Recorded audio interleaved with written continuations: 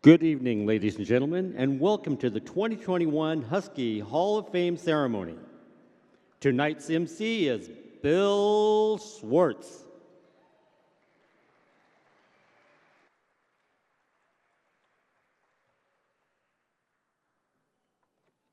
Good evening, Husky Nation. How the heck are you? It's been way too long that we've gotten together in person, huh? Homecoming weekend, culminating with another remarkable group for the Husky Hall of Fame. How about it? Giving us so many special sports memories over the years, and these people have continued to make positive impacts in the world. I am Bill Swartz. I'm live in person tonight. I know you're thinking, hey, that guy's really gotten a lot younger in the last 2 years. Isolation will do that to you, okay? That's what happens. If you'll indulge me for just a second, I want to text you all of the codes and the links tonight so we can Zoom and do team meetings and Skype and Slack and FaceTime and TikTok and YouTube Live and... No? We're done with virtual, aren't we? It's good to be here in person with you, with good friends who I've known for a long, long time. Forget about it. This is the real deal tonight. We forgot how much we love socializing, how much we love cheering on the dogs in person, right?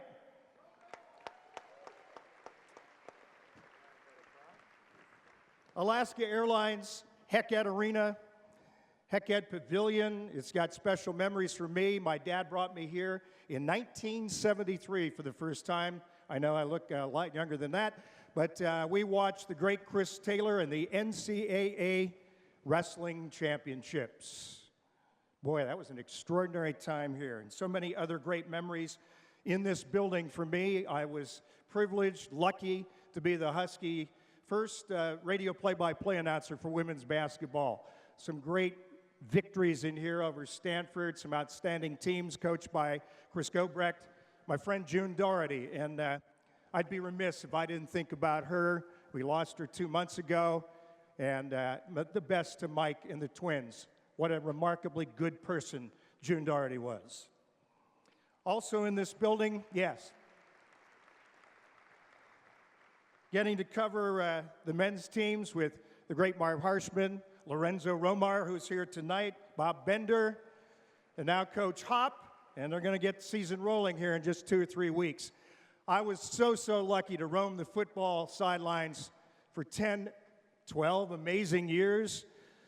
The adrenaline rush in the greatest setting, being in the locker room afterwards to talk to remarkable athletes, some you will meet here tonight, hosting the fifth quarter rally on this very stage, this end of the building, making sure you didn't ask the wrong questions of the head coaches, win or lose. I was pretty lucky. I got to cover 5 Rose Bowls and a national championship. Lucky and maybe considering myself a good luck charm at the same time. Most recently, hosted the Dog House on KOMO Radio, where we shared really important stories from your student athletes, your coaches, and about their college opportunities. And it's all about relationships and connections when you come to this fabulous, world-renowned institution. In fact, I think it's a great time to be a college athlete. Now we have the ability for them to make a few coins for name, image, and likeness. And I was thinking back, I've got this collection of cassette tapes from all my interviews I did at halftime with Coach James and Lambright. Why don't I sell those for like $9.95 a pop? Free shipping. And, for instance, here's one of the highlights. It was the Oregon game in 1990, and the Dogfathers coming off at halftime. We've had a rash of injuries, and I said to Don, boy, they're just falling everywhere, Coach. I have a little bit of eligibility. You think I ought to suit up? Let's hope not. Thanks, Bill. Classic deadpan, the Dogfather, and I loved him so much. He taught me so many valuable lessons in life, and I heard Mario Bailey say it on the pregame show last night. What are the things that resonate from Don James as a coach? And first and foremost, be here early, that's on time is late, and late is not acceptable. And the other thing Don always taught me when I MC and host these award ceremonies, and including the Hall of Fame, is he'd look at his watch and he'd say, let's go, Bill. Let's go indeed. Let's have a great night and a remarkable show. So many important guests to introduce. First and foremost, the chief, the woman who runs this great athletic empire here at Montlake, the athletic director at the University of Washington, Jen Cohen.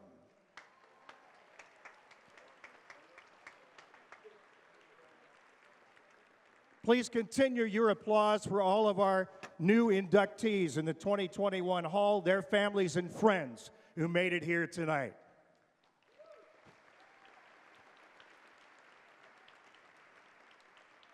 We have some current head coaches in the house who I've been really thrilled to interview and share their stories over the years. Mighty are the women. From softball, Coach Heather Tarr.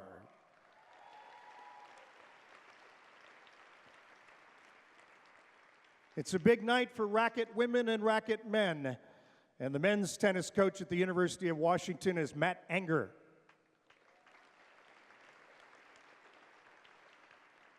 Women's tennis on the rise over the last 3-4 years. Coach Robin Stevenson is here.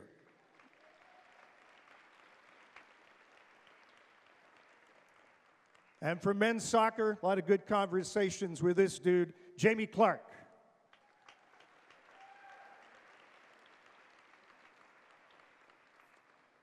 How about a round of applause tonight for our generous supporters who are going to treat you to supper.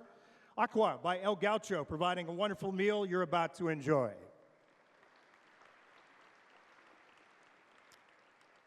And now it's time to meet the Hall of Fame Selection Committee in conjunction with TIE.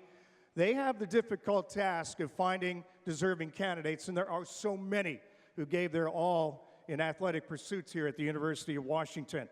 On that committee, Courtney Thompson, who is a Husky Hall of Famer. I don't think Courtney could be with us tonight. She's working. Trina Frimprong Ellertson, Husky Hall of Famer.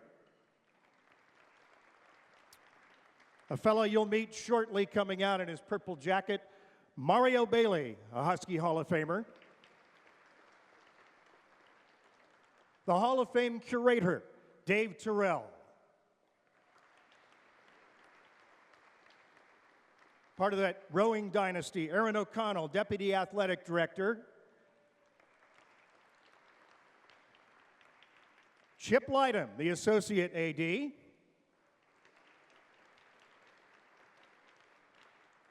And the Sports Information Czar, Jeff Bechtold, Assistant AD.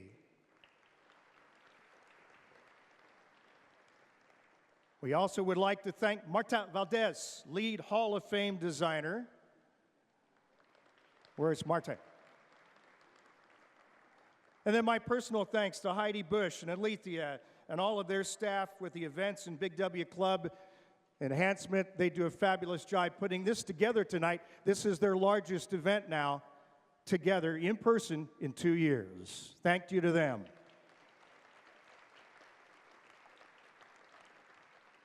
And now, ladies and gentlemen, please welcome our most distinguished guest, the current Husky Hall of Fame members from various induction classes.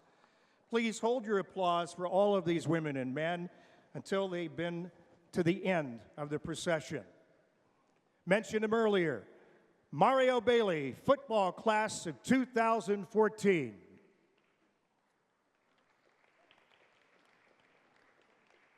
Trish Bostrom, women's tennis class of 1987. From men's tennis, class of 2012, Chet Kreil. Sherry Forsberg, women's rowing, class of 2018. A teammate is Lynn Kalina, women's rowing, class of 2018. Same boat, same crew. Christy Lewis, women's rowing, class of 2018.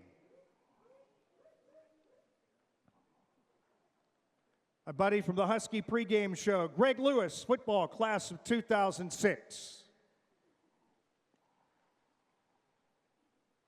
Great rower and coach, Eleanor McIlvain, women's rowing, class of 2018. Lisa Rajesh, women's rowing, class of 2018. From men's rowing, Albert Rossi, class of 1998.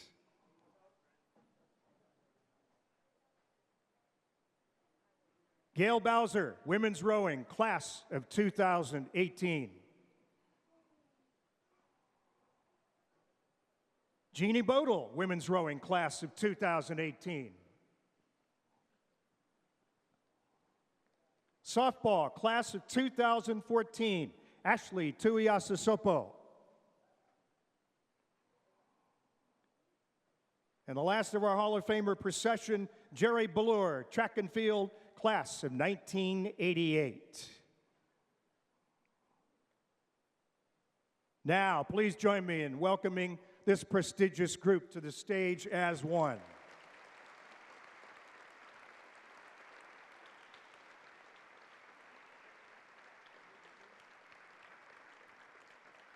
The purple jackets say it all, doesn't it?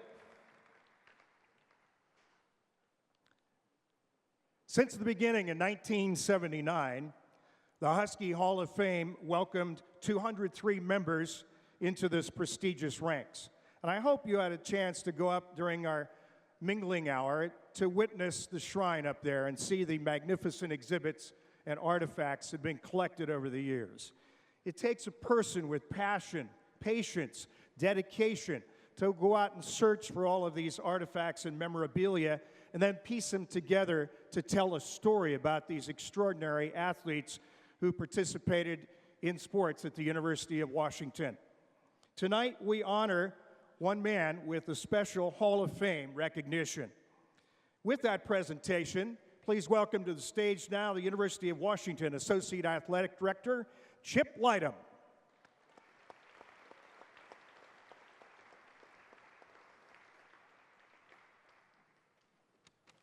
Thank you, Bill. Wow, okay, here we go. It's an honor for me to be here tonight. I'm a UW grad, and I'm truly humbled by the star power, room full of Husky legends. What a night. To begin the evening, we'll be honoring an individual with the very special Don L. Palmer Award, presented by the Big W Club. This is a non-athlete award, but it honors those who have exemplified special commitment to the University of Washington Athletic Department.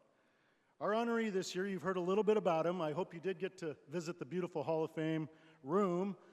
This is a lot of his doing. He was named curator, I guess it's formal, but sort of formal, in the fall of 2000. Curator of the Hall of Fame, that is. He's been on the selection committee with all of us for 2 decades. He's a lifelong supporter who was involved with organizing alumni in the Portland area during the 1970s and 80s, including back when alums could recruit football players when it was legal. He formerly oversaw the Husky Coaches Tour and was co-chair of the campaign for the student athlete. And tonight, Dave Terrell, to spoil the surprise, will be honored with the Don Palmer Award for his lifetime of contribution to the University of Washington athletics. Now, personally, I work with Dave almost daily. I'm probably the closest person he connects with in the athletic department.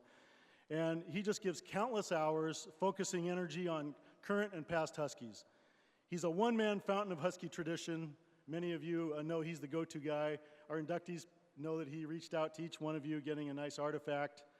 But the best thing about Dave is his passion and his commitment. And I get to experience his wit and really his intelligence and his passion. He's got a couple sayings. He goes, "That's a Mother's Day miracle." That means something great happened. And he also said when we do well on the budget, he said that was a cheap date. So he's got little snippets that I always bring forward and think about. The physical Husky Hall of Fame room and all that it represents is at its core about excellence. And he personally ensures the greatest care and quality goes into every artifact and display. I appreciate the decades of service and help Dave has given me, and thank his wife Karen and his family who are here tonight. Karen is part of the team, and we're so happy to have the Terrells part of our lives. Finally, the one quality I wanted to highlight about Dave, among his many talents, is he always comes through. You can count on him. And in today's day and age, that is an important quality. His personal touch sets him apart from everyone else I've worked with. And his brand of care will never go out of style. So with that, I'd like to present and invite Dave up to the podium to accept his award for the Don Palmer Award 2021. Dave, come on up.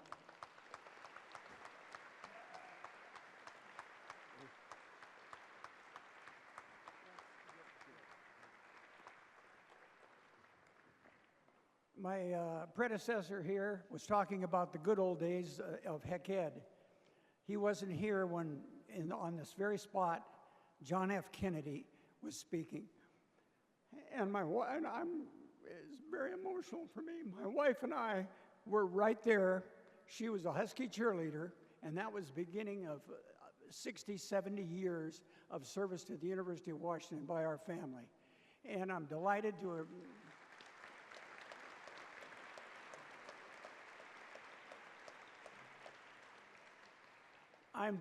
to receive this award, and people ask me, how did you get selected to be the curator of the Husky Hall of Fame? And I was part of the campaign for the student athlete, and what happened there was a great Husky, Tom Walthausen, and I were co-chairmen of what they called a regional effort, and what we did was go out around the state and promote get-togethers for contributions to that great program.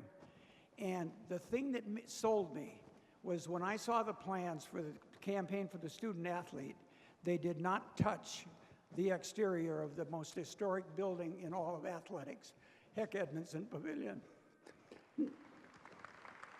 There are only 4 schools in the country that have a pavilion with the history of this: Duke, Kansas, Butler, and the UW. And because that was saved, I said, I want to participate in that. And it was a very, very different and long and extended process to be selected that I had to suffer through. My wife Karen and I were working on the campaign and got invited to Barbara Hedges and John's house for a dinner party. And the adult table was full. So John and Barbara and Karen and I sat on the stairs eating our dinner, and all of a sudden, and then any of you knew that Barbara would occasionally shriek. And she shrieked and she said, "My God, Dave Terrell, you're it." And I said, "What is it?" "You are now the curator of the Husky Hall of Fame." And I was selected among a field of 1 candidate. And so that was a good beginning. And all I had to do, with a lot of help from collectors, and one of them, Brian Blaisdell, is here sitting at our table tonight, made contact with the 4 greatest collectors of Husky memorabilia on the face of the earth. And those guys have participated throughout the last 40 years of providing us items to display, and maybe they take some back, maybe they're here for perpetuity, but it's what separates the real stuff from just a bunch of stuff.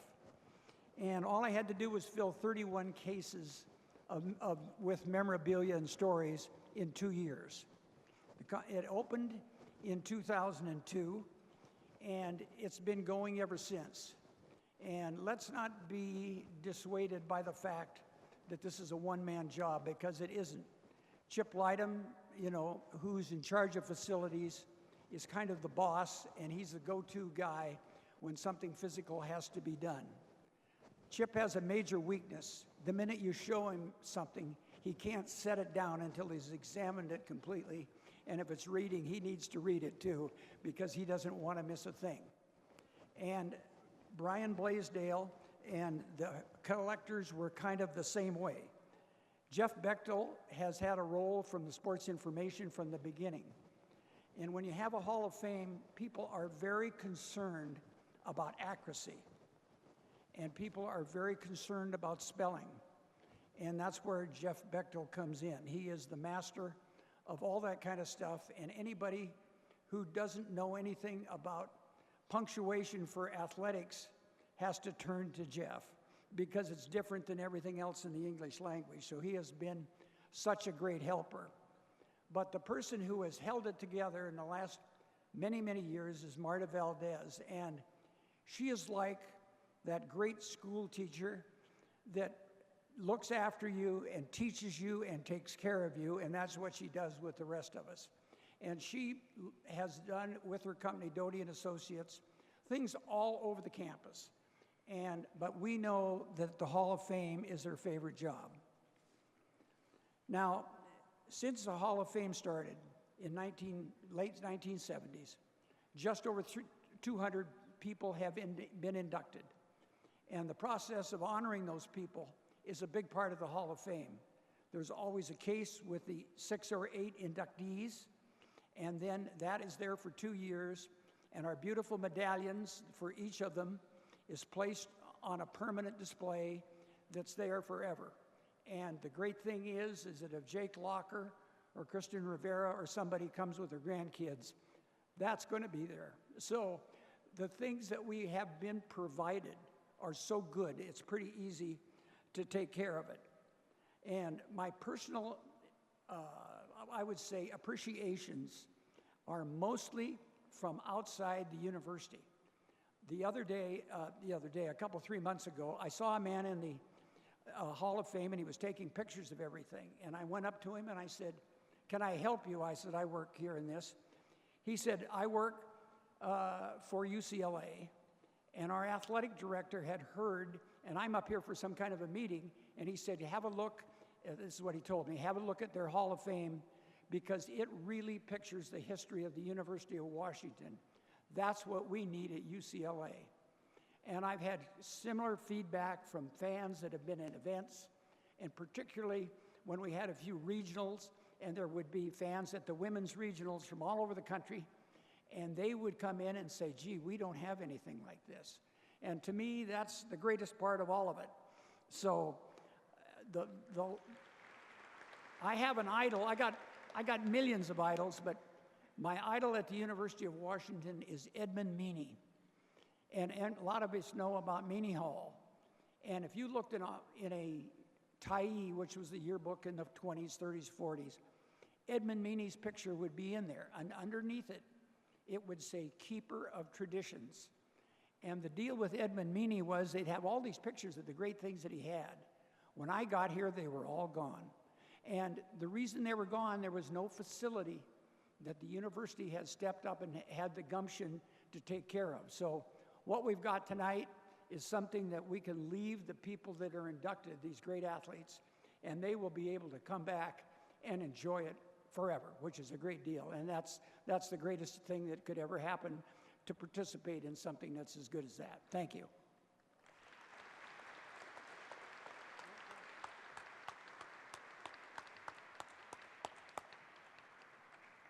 David, congratulations. This guy is a font of information, as I said, and he became the rock star of our Husky pregame and tailgate show before the football games. All right, please enjoy your meal, and we will continue with the program in just a few minutes.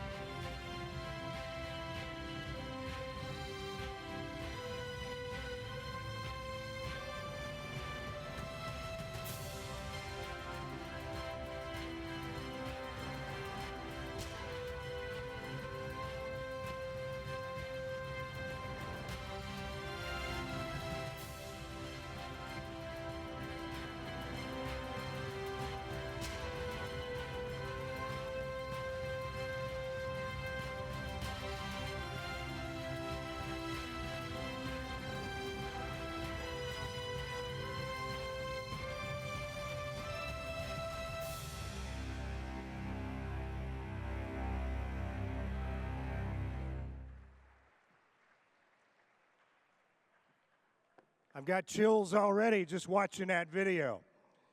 Ladies and gentlemen, this is truly a remarkable, exceptional evening, and you'll hear it in the passion when the inductees come up and give you heartfelt messages on what it meant to wear purple and gold and be cheered on by fans and get a high-quality education in this place. Simply, we are honoring the best of the best who wore the purple and gold with the big W. In previous years, when I was asked and honored to host this event, I said to myself afterwards, my gosh, how could that class get any better? This is the third time, and I say it again. This is the cream of the crop. How can this class get any better? The prestigious group includes team captains, multiple All-Americans, conference and national champions, young people who use their athletic prowess and platform to change the world around them with their voices and a stance. And the common thread that I see among all of these new Hall of Famers tonight, they were and still are leaders of their time, influencers, if you want to use that word, and they have a deep affection for the University of Washington. Now, let's get this program going. A world-class university often attracts the best and brightest athletes from across the globe. And that certainly is the case from our first new Hall of Famer inductee. She came to Seattle from Nottingham, England. It's a whole court, if you will, the tennis court. UW's only four-time women's tennis All-American, 32 singles victories in one season, still stands as the school record. And she returned to her alma mater to help coach tennis. Here is more on Husky Hall of Fame inductee Claire Carter.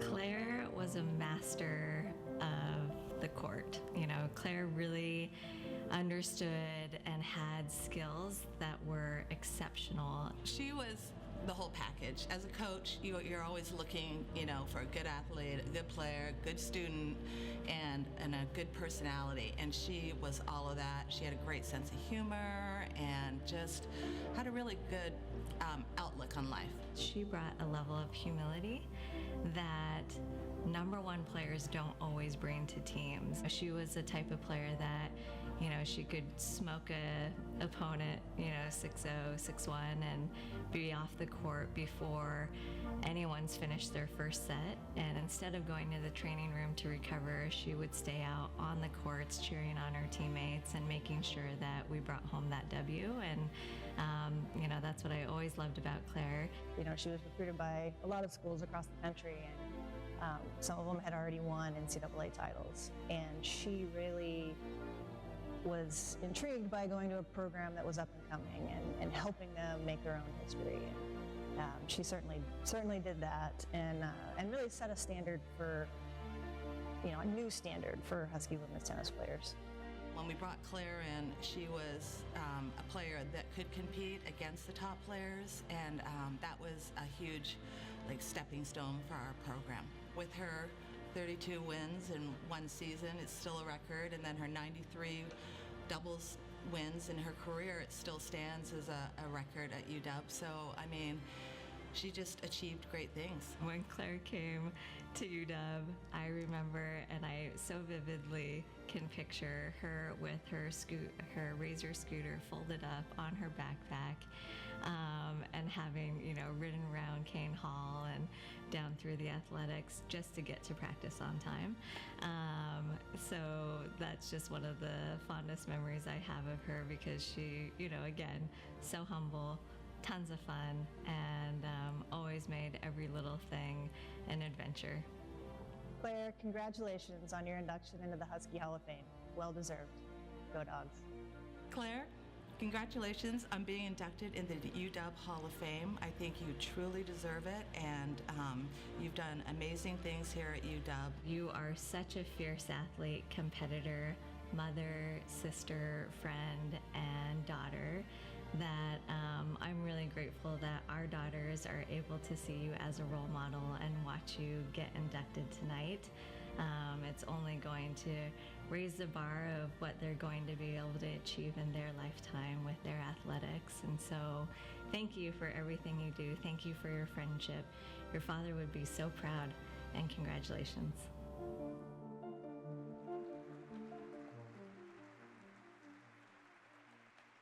Ladies and gentlemen, bestowing the purple jacket on Claire Carter is her former coach, Jill Holtquist.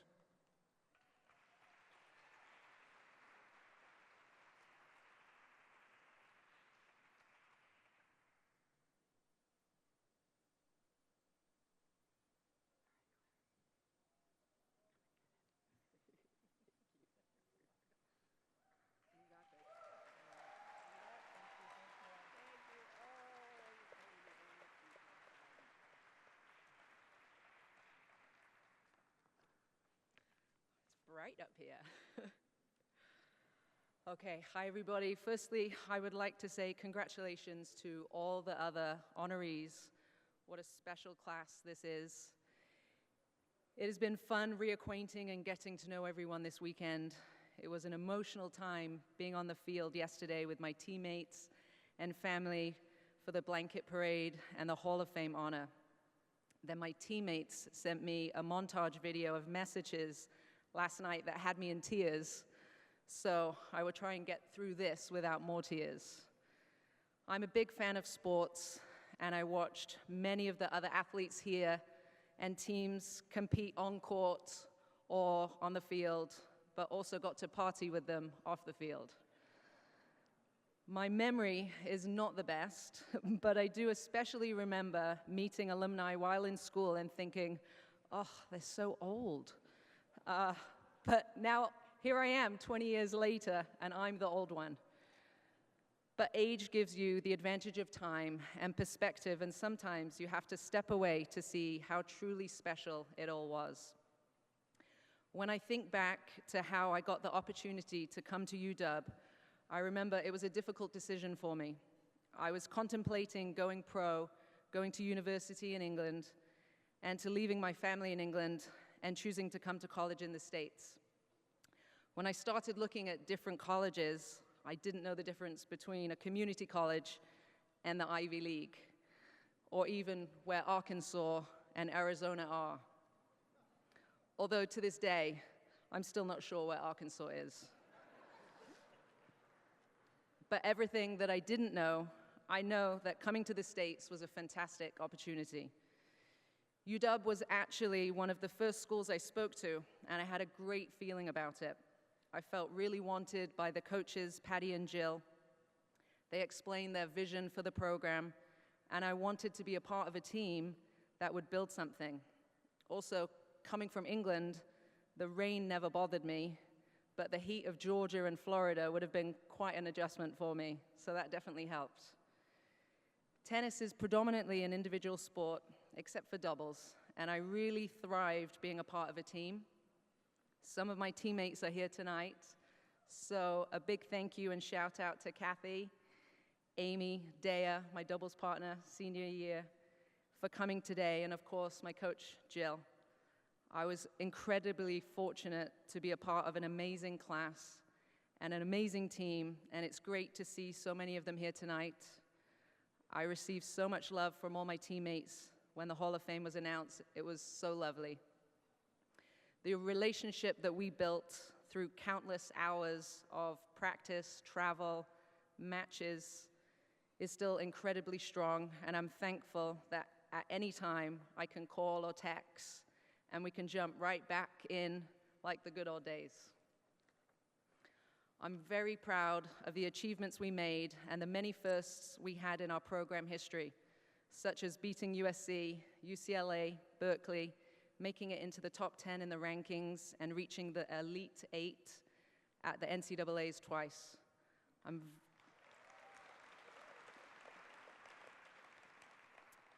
I'm very happy to have chosen UW and to have helped the team achieve the vision of Patty and Jill come true. One thing I specifically remember when I was leaving home in England was my mom said that I would meet an American, get married, have kids, and live in the States. I vividly remember laughing at this and thinking, why would I do that? Well, 21 years later, I'm still here, and my mom was right. I feel very lucky and thankful to have met in my sophomore year my husband, Dan, a fellow Husky, and we have two kind, strong, beautiful twin girls, Zoe and Gracie. They are here today, and hopefully,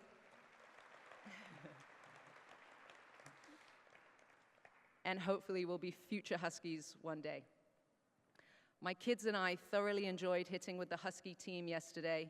Thank you to Coach Robin and Coach Georgia, and the girls on the team for making us so welcome. The current team have a lot of potential, and I look forward to watching the seasons progress. I'm very grateful to the University of Washington for the opportunity and for the support I received my years in school. The Huskies are a family, and it's a wonderful community to be a part of.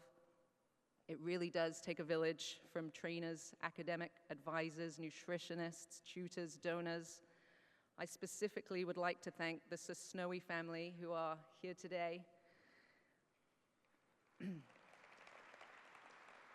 I'm sure many of you in this room know John and LaGale Sosnowi and their daughter Corey, who also played tennis and coached here too. I was very fortunate to be chosen to be the recipient of their endowment scholarship. They were and are wonderful supporters of the tennis program. They came to every match at Nordstrom Tennis Center and many on-the-road matches. One of my favorite memories, specifically of LaGale, who originally is from Texas, and I will apologize in advance for my poor Texan accent, but when LaGale watched my matches, which I admit sometimes could be roller coasters depending on the day, on good days when things were going my way, she would yell, "Come on, Claire." But on days when I wasn't up to scratch, she would reverse it with, "Claire, come on." And I knew I had to buck up. So a big thank you to you and all the donors and boosters, whether it's financial or coming out to support. Thank you to Jill, Kathy, and Corey for taking the time to record the video clips. I'd not seen the video and really enjoyed hearing your words, so I really appreciate that. Thank you. A few more thank yous to my family and friends at the tables here. I was very lucky to have met my husband in college, and as a result, be a part of his lovely family. Thank you to Scott and Patty for all their support and cheering me on in many matches. To Louise and Donald for traveling here from DC and supporting me, thank you. Sarah Keeler, fellow Husky and basketball player. We got put together our freshman year in Haggett Hall and lived together as roomies. And after my senior year, she was my bridesmaid. So thank you for being here.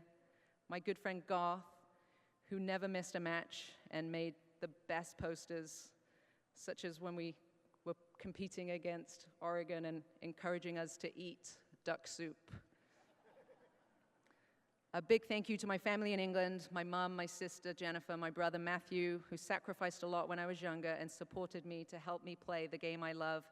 I'm very appreciative of that, and being English, I probably don't say that enough. I would like to lastly thank my dad, who sadly passed away 3 years ago. He was my biggest supporter, and I know he's looking down, watching this with a big grin and giving me 2 thumbs up. Thank you again. I'm very grateful for this honor. I wouldn't have the life I now have if it wasn't for the University of Washington and the Husky family. Go Dogs.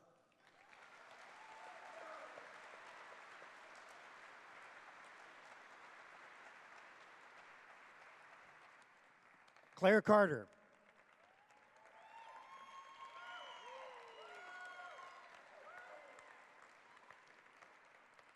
I think your Texas accent sounds a lot like Arkansas. Just like Claire, our next inductee had a remarkable athletic career and then came back to his alma mater as an assistant coach eventually. This guy, in fact, is undefeated as UW's interim head coach in a bowl game. Who can forget storied performances like 300 passing, 200 running, all in one game against Stanford? I guarantee you the Cardinal never forgot. And the glorious victory of the 2001 granddaddy of them all. Here is our next Hall of Fame inductee, Marques Tuiasosopo.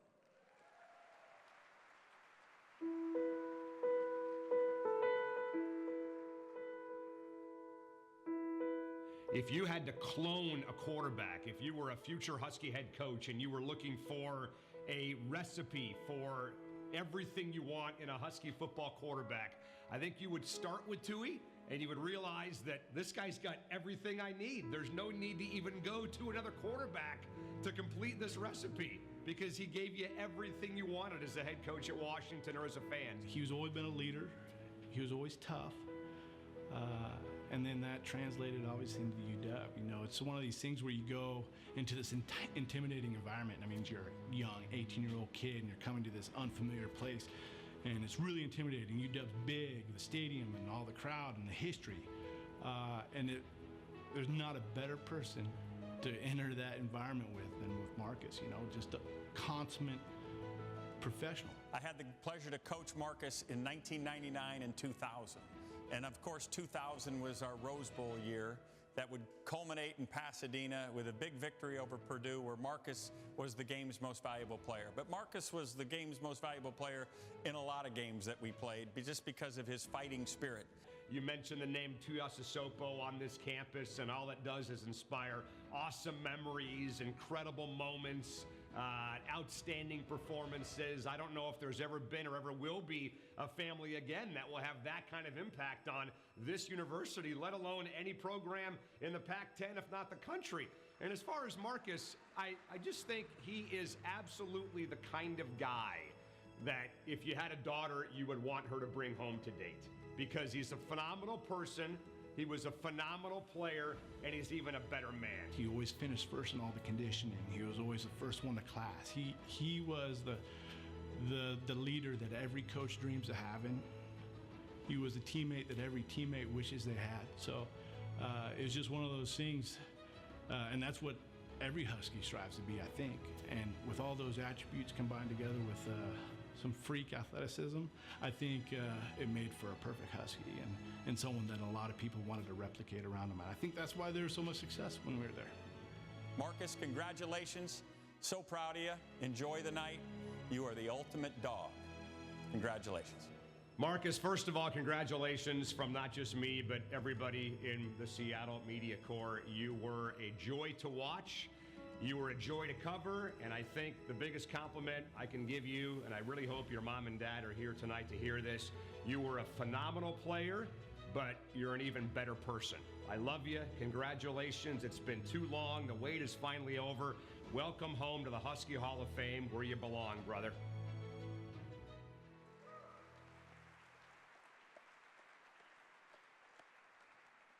Ladies and gentlemen, bestowing the purple jacket to Marques Tuiasosopo are his children, Braden, Bryce, and Kylie.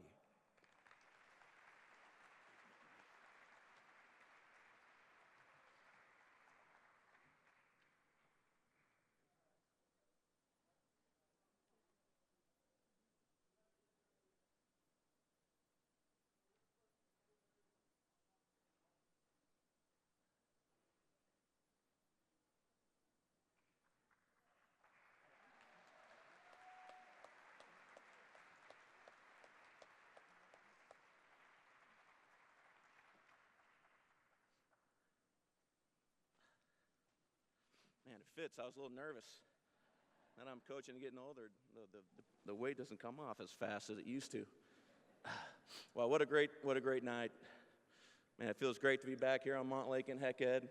We had many fond memories of mat drills. So the former players there, you know what I'm talking about. And Randy Hart, we used to have nightmares of his drill, where he would just do his finger like that, and you had to go the direction, and sometimes he'd move this way, and he would rotate the opposite way, and he'd always get us freshmen, and he'd have that little smile on his face. So every time I step in here, I always think of that. So it just feels great to see so many faces that have supported me in the past. I can't believe it's been 20 years, Claire, as you said. Man, time flies, but I feel back at home, and it's awesome. Before I go any further, I just want to give all the honor and glory to God and my faith in the Son, Jesus Christ, because regardless of a great night tonight, whatever life has, he never changes for me. And I consider it blessed that I was graced to have 4 awesome years here at the University of Washington. So before I go any further, that is very important to me and my family. Congratulations to all the inductees. It's an awesome group. Some I know, some I don't know, but I watched. I go back to Eric Drew. We went to junior high together and high school. I'm going to geek out here. When I was a 7th grader, walking into Leota Junior High, Pat and I were like, dude, that's Eric Drew. And who would have thought that we're getting inducted on the same day? It's unbelievable. Craig Waibel, you were friends with my older sister. One of the first guys I met when I hung out with my sister, and he didn't know me from anybody, but he always stays in touch, and we might talk. We don't talk that much, but we seem to run into each other at weird places, but he's just an awesome dude. John Brockman, I think last time I ran into you, you were with your mom in Beverly Hills, about to have surgery, right? Me and my wife are having a date night, and then Jake Locker, just what an awesome young man and coach. I had the opportunity to coach. It's unbelievable to be part of this group. I'd like to thank first my family, my wife, and my 3 children who planes, trains, and automobiles the last 24 hours, playing a football game in San Antonio, drive back to Houston midnight, get on a plane. So I appreciate your support through this. And this building actually has relevance in our life. I met my wife sitting in these stands over here like 26 years ago watching Husky volleyball. And who would have thought, we'd get married and have kids. So University of Washington is a special, special place. Thank you to my parents, Manu and Tina. My siblings that are here is Zach and his wife Tasha, my little sister Ashley. I got my brother-in-law Anthony, my older sister Leslie. They should be here. I'm glad they beat the Beavs in 3, so she could potentially make it. So I know that she's on her way. And then my other brother Matt, he sent his well wishes. So thank you guys for all your support throughout the years. I'd also like to thank some special people in this room. To Ann and your late husband, Wayne Gittinger, who endowed my scholarship for 4 years, and the support that your family has given me. Whether it was before a game or after a game, always there to give a hug and a high five. Ron and Wanda Crockett, your support, as little as it may seem, it goes a long ways for this program. You touch my life, I know you've touched many others, so thank you so much. The Bernard family, I'm going to miss some here.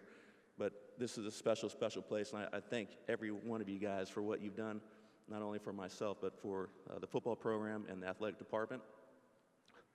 And then it's hard for me to accept these things for myself. So you got to understand, we play a team game, and when you play a team game, this doesn't happen all by yourself. And so, man, the guys that I play with, we came to Washington because we wanted to wear that purple and that gold. We wanted to run out that tunnel, and we wanted to hit somebody. Man, we wanted to be Mark Brunell. We wanted to be Warren Moon. We wanted to be Napoleon Kaufman, Greg Lewis. That's who we wanted to be. And I love those guys. Before there was the arms race with all the facilities, NIL, all the look at me and what am I going to get out of college? The group that I got to play with, man, those guys were tough. We committed to each other. We stood on that chair. We said we were never going to quit. And the old guys, they wouldn't let us get off until we said it the way they wanted us to say it. So you had to say it with some gusto, you know what I'm saying? And so there's something to that. That's what made this place special when I was here. We weren't going to quit. It wasn't always pretty, but we committed to each other that we were never, ever, ever going to quit or give up. And I think that spirit is what drove us, ultimately, to get that Rose Bowl. And that's what's special. That's what makes, I think, Washington football or this program special. There's an inherent toughness. I don't know when it was started, but it was carried on. Okay? And then there's this togetherness. There's this brotherhood in that locker room. I thought I was going to go to UCLA. That's where I wanted to go growing up my whole life because my dad went there. But when I got to the recruiting age and I got to be around this program, something spoke to me. And that's what I remember. That's what drove me. And because my teammates were right there with me, we could do something special. And so I accept this in behalf of them. I wish you could say my name, but I wish you could say all their names. Because without them, none of that would happen. I'd like to thank my coaches, late Jim Lamar, Dick Bayard, and Bill Diedrich for believing in me. Before someone can go do something, someone has to believe in them. And so those guys did, when not many would. A lot of people wanted me to play another position than quarterback, but those three guys said I could do it. And so here I am. Carl Durrell, Scott Linehan, all these guys played into my progress as a student athlete. And then two in particular, Steve Axman and Keith Gilbertson. Man, they had just a way to relate with me and push the right buttons to get me to play my best. And so I want to thank them right now tonight. I want to thank Coach Neuheisel for the kind words. I want to thank Softy for the kind words. And then one of my best friends, Pat Conoff, who I grew up with, junior high football, high school football, and college football. And so this is a unique place. It's a special place. And I'm proud to be a Husky, and I'm proud to wear this, not only for myself, but for my teammates. Thank you very much.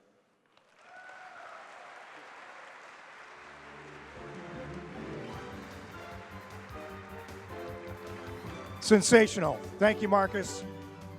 And congratulations. Good luck to the Rice Owls. The Sounders are among Seattle's most prolific and successful professional sports franchise, thanks in part to their connection with the University of Washington soccer program. This year's roster, for instance, includes the goalkeeper, Spencer Ritchie, Kellen Rowe, and the captain, Christian Roldan. Our next Hall of Famer helped UW reach 3 NCAA soccer tournaments, and they won 4 MLS Cups. He was on those teams. Last April, he was named the sporting director for Seattle Sounders FC. Ladies and gentlemen, here's our next inductee, Gregg Waibel.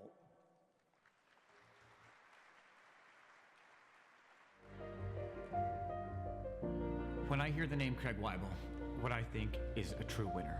But what's so unique about Gregg is that he's not a big personality who draws all the limelight. He's the connector that makes the team better. And wherever he's been, he's sort of been the glue guy who's made everyone around him successful. Yeah, Gregg was a hard-nosed player, hard-nosed coach. When I was here with him, he embodied the leadership role, but also the communication role within the players in the soccer field. He brings that culture, his team together with his communication and his ability to perform under high pressure. What I remember about recruiting Gregg out of high school was his raw athletic potential, his genuine excitement to join the Husky men's soccer program, and his can-do attitude. Once Gregg decided to attend UW, he seemed to radiate a self-confidence and a conviction that he would one day make a positive impact upon our soccer program.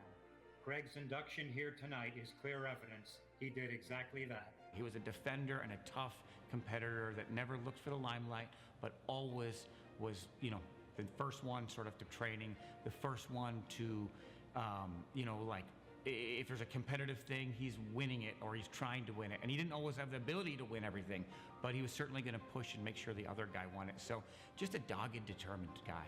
Over time, he will wear you out and win you over. Congratulations, Wibes. Thank you so much for all that you've done for me, but this is about you. You've done all the hard work. You deserve this. You've left the tradition and the winning culture behind, and it continues to grow because of you. A special congratulation goes out to my friend and former player, Gregg Waibel. Gregg, you have bestowed great pride and recognition upon yourself, your entire family, and the Husky men's soccer program. I'm honored to be part of your enshrinement here tonight. When I think of my kid and someone he should emulate in his future, I think of you. You've done everything right. You've propelled this program to be a national power. You've done it with class. You've done it with determination. And you're the sort of person that this whole department looks to and thinks about fondly. I want to say congratulations to yourself, Julie and Jocelyn. Your whole family should be very proud today, and I'm very proud of you too.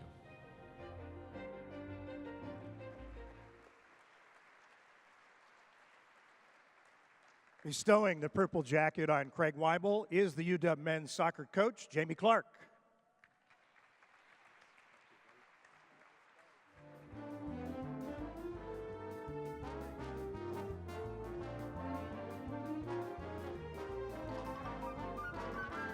Wow. I ordered mine tight, Marques. This way my daughter can wear it. I grew up in northern Idaho and eastern Washington, and I was fortunate enough to be my mother and daughter and father's child. You know, my mom was one of 11, so we'd go to Christmas, and I was just one of a really big family. It was 70, and then it was 80, and every year there were people I didn't know, and it was just introductions and getting to know you. And then at about 9 o'clock at night, the card tables came out and the Scrabble boards came out. And my mom would lay waste to me with her sisters. 300, 400, and I would score 80. I was in 4th grade. It was a little relentless, but there were lessons to be taken for me.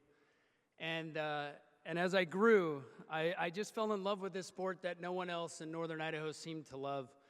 When I was in Coeur d'Alene, I remember the first team I tried out for, there were 6 of us trying out. It turns out we made it. I like to think I was the first. I placed somewhere in the top 5 because the 6th guy didn't come back. So I felt good. I felt really good back then. You know, baseball, football, all these things, basketball, we played everything growing up. And it was a bygone era where we grew up playing so many different sports and experiencing everything as a child. In the winters in Coeur d'Alene, Idaho, coming home, the backpack goes down, you grab your ice skates and you go play ice hockey. It was the only thing we could clear to play. And it just taught us how to endure and how to persevere in whatever we were accomplishing, whatever we were attacking. And once we moved to Spokane, Washington when I was in 8th grade. And it was such a wonderful experience for me to get a little bit farther away from purgatory down in the Palouse and a little closer to Seattle where the good land lies. And you know, as I went through my experience in high school and played basketball and experienced so many different sports, I was really fortunate. This was back in the day, a couple decades ago. Obviously, Marques sold me out. I'm a little older than he is, so you can date me. But you know, the recruiting process was interesting. We had a local school in Spokane that recruited me, and the team was going to be built around me and everything. And I came on a recruiting visit to Washington, and I'll never forget meeting with Dean Wurzberger and Dave Chesler. And he was the one coach that looked me in the eye and said, you know, I don't know if you'll play for me. I want you, but I don't know if you'll play for me. And I remember going home and talking to my parents about it, and I thought, I didn't like that. And then I thought about it more, and I digested it, and it became the challenge I needed.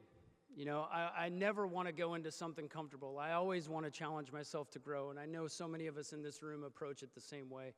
Without that perseverance and that endeavor to just over-accomplish, to see through things, none of us would be in this room tonight. I want to congratulate all the nominees that came before us, as well as everyone being inducted tonight, because there's a lot of odds we've overcome. There's a lot of no's. There's a lot of successes, but there's a lot of failures that we endure individually. And along the way, we accomplish great things. And when I came here, I go back to being that kid in that family that grew every year in Lewiston. I was just a kid, part of a big family. And that's what happened when I got here. I didn't realize it my freshman year. I didn't learn it my sophomore year. But thankfully, and you might not hear this very often, I got injured my junior year. And I ended up redshirting. And I grew the most in that year that I grew in any year here. And I got to witness everyone that makes this place work. Because as a young adult, you don't always take in exactly everything going on around you, all the people that work really hard to give you an opportunity. But seeing the athletic training staff, the performance staff, we had sports psychology coming into our department at that time. And we got to work with them and the coaches and how all the coaches supported each other. And being able to watch the administration and the academic staff really support us. It taught me I was actually part of this. And it taught me to appreciate the experience. And it made me better. But not as an athlete. It just made me a better person. I heard something not too long ago, happiness leads to winning, leads to happiness. And that's what this was for me. My daughter and I are criers, so I apologize. Happiness leads to winning, leads to happiness. And that's what this experience was. I felt it when I left. I felt it the last time I took my jersey off. I felt it when Jamie brought me back. Thank you. To give back as a coach, boy, what a special thing. To see those players that reminded me too much of myself. The hardest ones for me to coach, one of them sitting in the back, Ben Fisk. The hardest thing for me was to figure out how to coach myself. I could coach other personalities, but that was the hardest one. And I can't imagine what Dean and Dave and these guys went through to get me to accomplish being a leader and being a community person and being part of this family. I was fortunate to do it. I was fortunate that Jamie encouraged me when I had an opportunity to go into the professional game coaching. And thankfully, I'm back. I'm back with the Sounders. Everything revolves around Seattle. I am so lucky that my compass pointed west when both my brothers' compasses pointed south. I want to thank so many people, but my family for giving up so much, as everyone in this room has. My wife, my daughter especially, because anyone coaching knows this, that everyone sees you when you're on TV or on a stage, but no one sees you when you're packing boxes. And no one sees you when you're starting over. So, thank you for that. Try and get a hold of myself. And thank you to everyone in the room, my teammates, former coaches. Frank, thank you for coming tonight. Marty, Joe, Spencer, someone I did coach, Bill. It means a lot. I am the first representative of men's soccer in the Husky Hall of Fame. I won't be the last, I promise.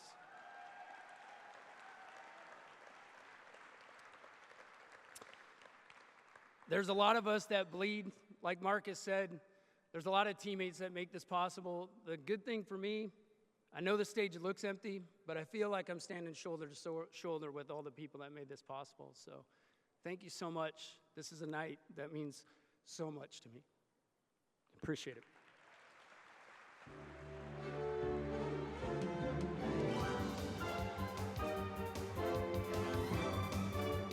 Congratulations again, Gregg Waibel.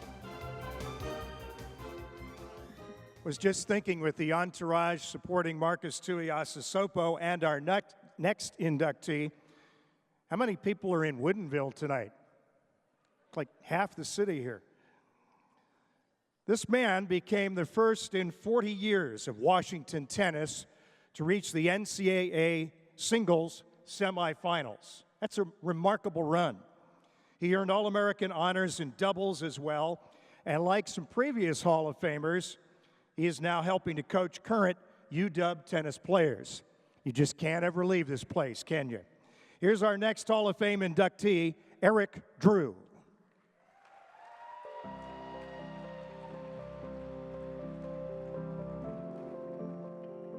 There were three things right away that stood out for me when I was recruiting Eric. First, he's very athletic. Second, he was willing to play an aggressive style. And lastly, he hated to lose. And sometimes people that hate to lose are not willing to play aggressive. And I just felt that with the combination of all three, he had a lot of potential, not only to start well, but hopefully to go on and have a great career. He was a really good athlete at a time when a lot of tennis players were grinders. They were a little bit more robotic. He was loose, and he played really fluid.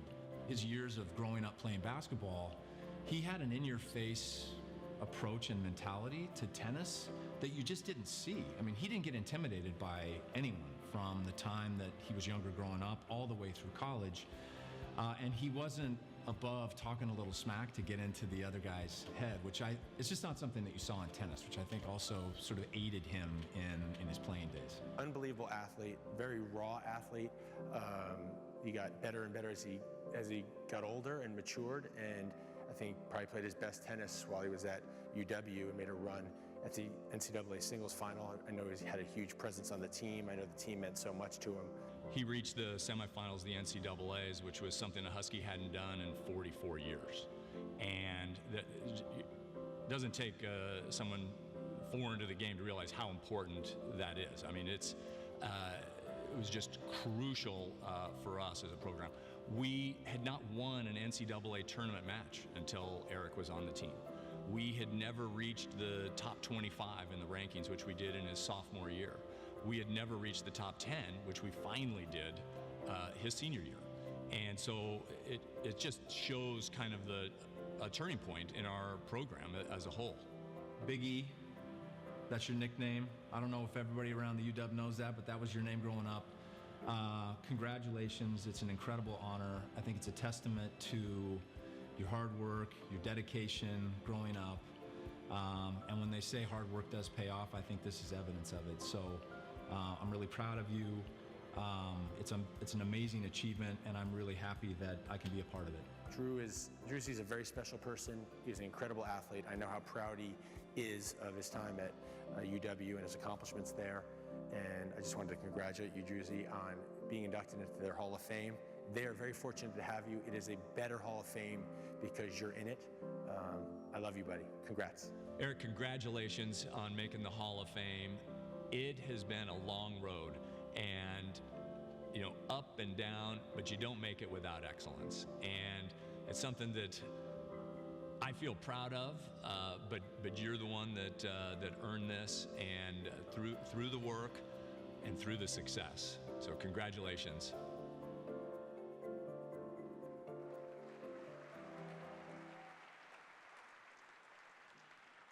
Now here to bestow the purple jacket for Eric Drew is Mother Billy and Brother Ryan.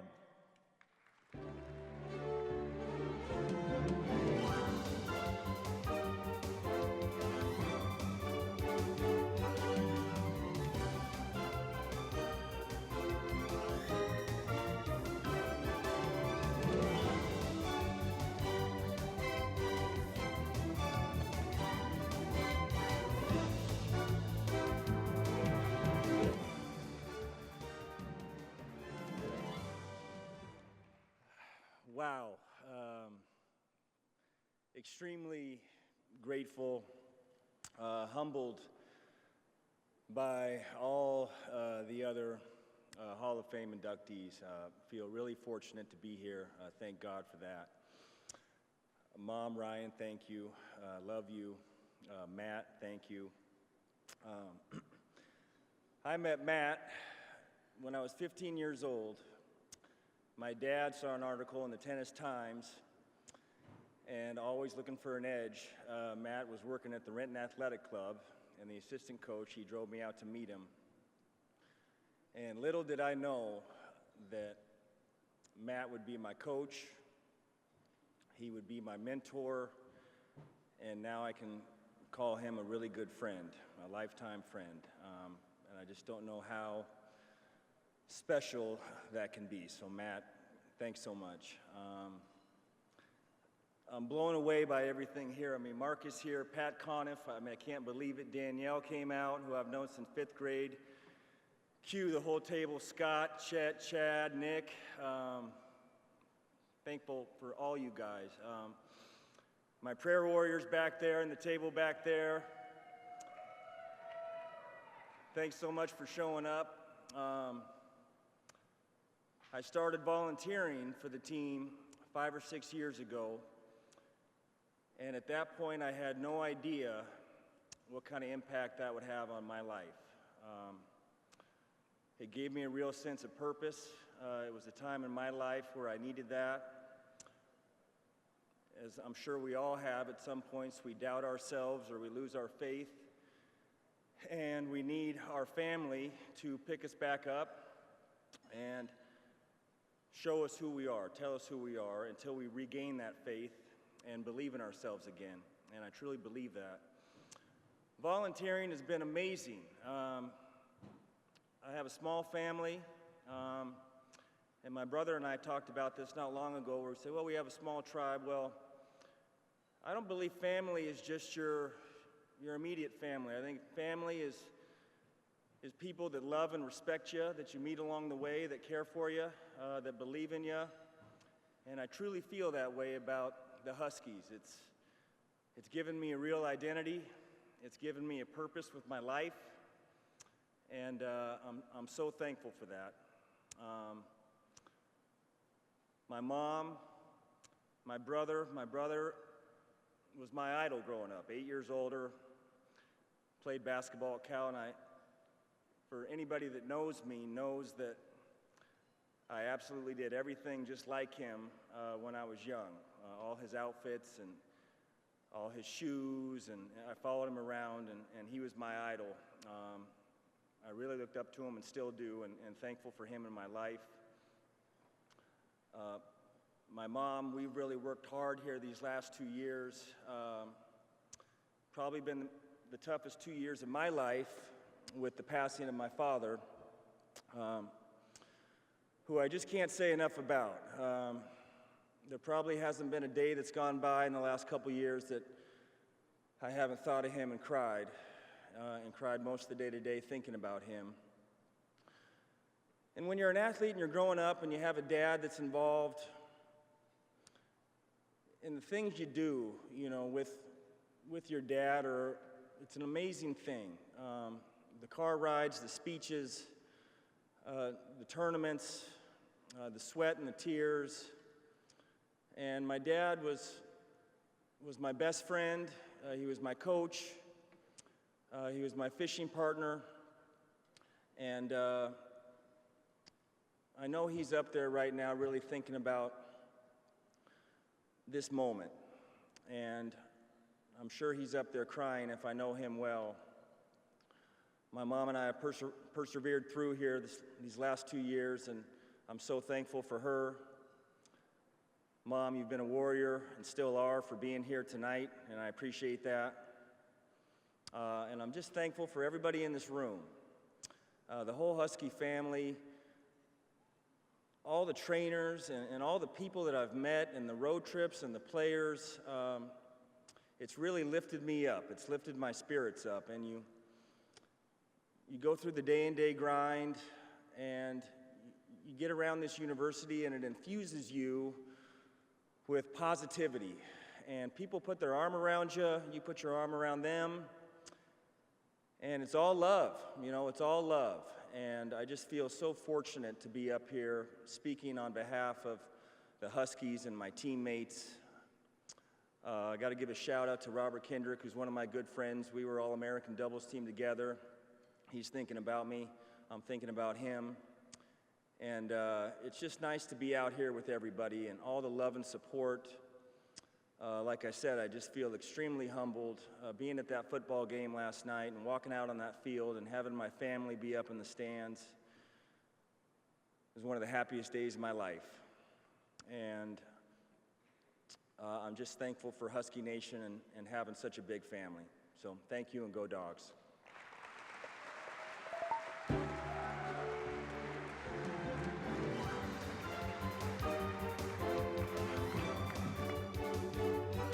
Terrific. Thank you, Eric, and congratulations. Can we all now call you Big E? Mighty are the women. It's a custom t-shirt Coach Tarr graciously gave me a couple of years ago for my wife to wear, and Connie is a UW alum. There have been many, many mighty women in the powerful Husky softball program, including our next inductee. She is Washington's only four-time All-American, still the only UW player to earn a Pac-10 or Pac-12 Player of the Year, and she did so twice. And this woman still holds program records for most career home runs and most walks. Talk about a good eye. Ladies and gentlemen, here's our next inductee, Kristen Rivera.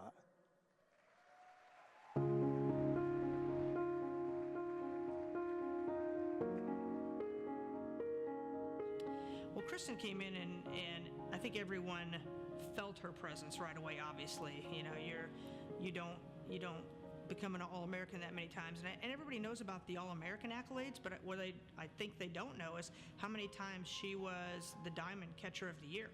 So across the entire country, she won that award multiple times, and was just a force, and everyone knew it from day one. As talented as she was as an individual, her heart was to lift other people up, challenge them, go beat other people, and impose their will upon them, but do it as the pack. That's her strength, and while she stood alone, her team stood around her, and she liked to lift them up, and that's exactly where they like to play as well. Fierce competitor, power, unlike anything I had seen in a female athlete, and there's a quiet intensity also about Kristen, and just a lot of good memories from an individual that allowed me as a coach to go as far as we possibly could. She had a quiet support. Like, people knew she had their back without a lot of exchange taking place. So she was just a presence. While she could stand head and shoulders above the pack, she knew the strength was with them, and there couldn't be a better example of someone to lead this team. When someone can kind of take over not only what's happening in a game, but instill a faith in her teammates that anything is possible, and that was Kristen. Interestingly, I think now you've been out and you live a little bit of life and you get a few life experiences, and now you get to come back and be recognized and honored and inducted into the Husky Hall of Fame, and I just think that's amazing. I want to say congratulations, how well deserved it is, how proud I am of you, and just glad that you became a Husky, so congratulations. I truly wish I was there in person to celebrate you and honor you as you get inducted today. Could not think of a better place for you to be memorialized and honored in history in the University of Washington Athletic Department. Congratulations. You gave me memories both as a coach, as a father, as a mentor, and I really don't think it would have been fully possible without you being a part of that. I wish you the best, and I'm so very, very happy for the career you have now. It couldn't happen to a more deserving person, and it's a lot of love, a lot of fond memories, and I just simply wish you the best. Congratulations.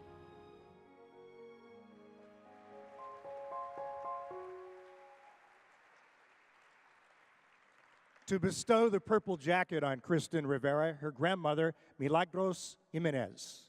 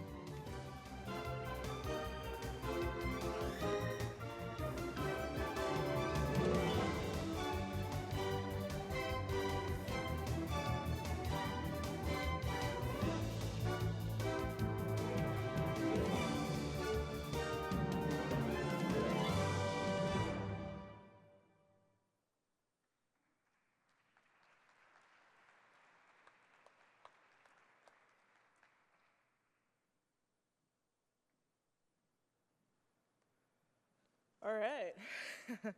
So excited to be here. First of all, it's amazing that my grandmother's here. Hitting a shortstop on the run, I know Jake and Marques, you hit wide receivers, but hitting a shortstop on the run, I think I learned it from her.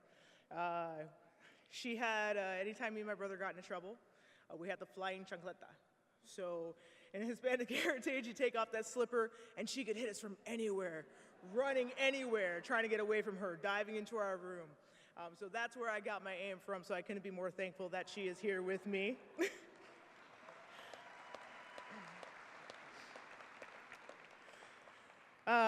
So everybody's set up here. I don't think there's anything different that I can say.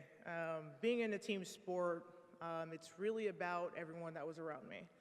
I had family support growing up, teammates, coaches pushing me, support. Mike Brown, I know you're out there, a huge supporter of the program, all the boosters, everyone that came before me into the program, and the foundation that was built. Listening, my freshman year in college was actually the year of the 10-year of the softball program. And getting to hear Tar was there and some of the ones who started the program, and hearing their adventure through driving over to Bellevue, playing on fields with rocks, and how they built that program. So very exciting to see. I never actually thought I would play softball at the University of Washington, to be completely honest. I was about 7 years old when I first started my journey in the softball realm. And it started actually with my brother, who was a baseball player, and wanted to practice, so he grabbed his little sister and decided to throw balls at me, which I had no idea how to catch. So I was like, oh gosh, I better get better. I want to be able to catch this instead of getting hit in the shoulder, hit the leg, and all those things. So that's how I got my start in softball. And then I was about 9 years old, and I joined a team. My grandfather took me to the store, and I bought my first softball bat. And that first softball bat was 34 inches long, 28 ounces heavy. To kind of put that in perspective, in college I used a 33-ounce bat, or 33-inch bat, that was 25 ounces. So imagine this kid lugging this 28-ounce bat around. But it taught me strength. And my grandfather was there just supporting me through it. He was like, yo, okay, you can swing it? Yeah, I can swing it. We'll figure it out. And then going into travel ball. So softball in the younger years was not what it is today. There were not very many teams. There was a lot of competition out there. There was an article in high school about me about believe what they say. So as my coaches stated in there, I'm the quiet leader. Like, this spotlight it's different for me because I want my team to do well. So travel ball hits. I get picked to go to this top-notch team, and I'm like, I don't know if I want to go. We go to nationals, and at that point in time, they did pick up players. And I picked up for this team. It was called Hot Stuff at the time, became Miners Gold. And Larry Minor at that point in time gave me a chance. So my journey to Washington started in that moment. They didn't want to interrupt the chemistry on that team in the infield, so I wasn't playing catcher. I was a shortstop, third baseman at the time. I remember playing right field. And I remember Teresa Wilson in the stands and a few other coaches out there. And I'm playing right field. I have no idea what I'm doing. I've been playing there for like a week. And so all of a sudden, this ball gets hit over my head. I go back on the ball. I miss both of my cutoffs, both of them. And then I overthrew the catcher. And I never thought at that moment that I would be standing here with a Hall of Fame jacket on, let alone put on a Husky jersey at that point. And it was a very humbling moment that Teresa still came to watch me and still had the faith in me, still saw the potential. And then supporters, as I got into college, First of all, I didn't think I was going to come here because I'm from California and it rains too much. But I love the rain, they came to find out. So as soon as I stepped foot on Husky soil, you could feel the energy, you could feel the atmosphere and the family that is here. And you can see it tonight with all of you out there supporting all of us that are getting inducted tonight. And it's a very real feeling. And that's what I love about the University of Washington. The fact that, you have the boosters, you have all the support. My first home game, I'll never forget. I was like, the band comes out for us and they play for us? This is awesome. And just the amount of support with the athletes from sport to sport. I know on my recruiting trip, I was out on the field watching Marques play. It was just an amazing feeling around campus. I'm very, very humbled to be standing here after all this time and after all that the team has gone through. I'm very, very happy that the team finally won a national championship. And I'm looking forward to watching many more. Thank you all.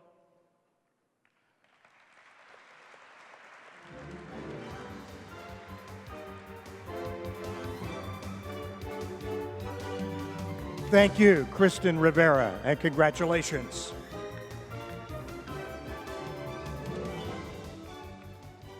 Sometimes coaches have a real tough time convincing the local kids, stay home, come play for us, especially when he is a heavily recruited McDonald's High School All-American from Snohomish.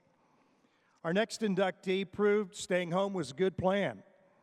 During a sensational basketball career, he also showed us that heart and hard work can overcome a height challenge, although he's still a pretty big dude. He still holds the Husky single season and career rebounding records, 3-time team captain. He helped the Dogs reach the Sweet 16. And the next inductee is John Brockman.